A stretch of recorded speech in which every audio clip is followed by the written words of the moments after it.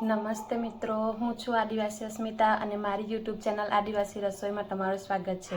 તો આજના વિડીયોમાં આપણે બનાવીશું ચિકન ફ્રાઈડ રાઈસ. તો અહીં આપણે એક વોક લઈ લેવાનું છે અને અંદર તેલ નાખીને ઈંડા નાખી દેવાના છે.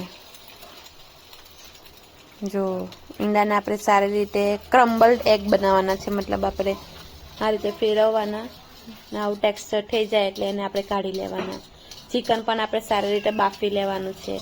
અહીં રાઈસ મેં બાફીને મૂકી દીધેલા છે. આટલી તૈયારી તમારે પહેલેથી જ કરી લેવાની છે.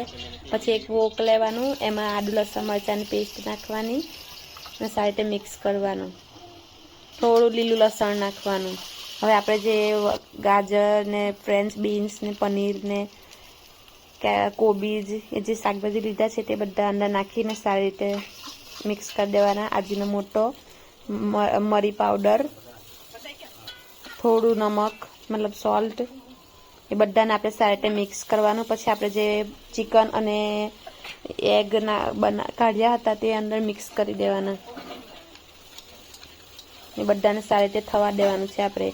હવે અંદર થોડું વિનેગર નાખવાનું, ચીલી સોસ નાખવાનો, green chilli sauce, soya sauce નાખવાનો. એ બધાને સારી રીતે મિક્સ કરવાનું.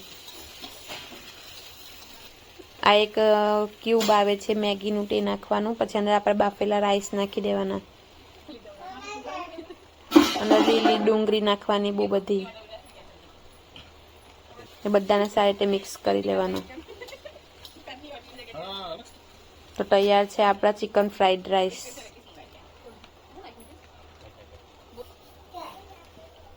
જો હું તમને કાઢીને બતાવું.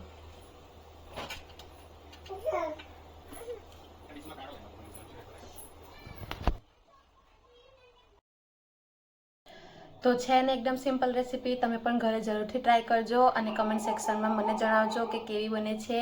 અને જો મારા આવા સિમ્પલ રસોઈના વિડીયો ગમતા હોય તો મારી યુટ્યુબ ચેનલ આદિવાસી રસોઈ 02 ને સબસ્ક્રાઈબ કરો.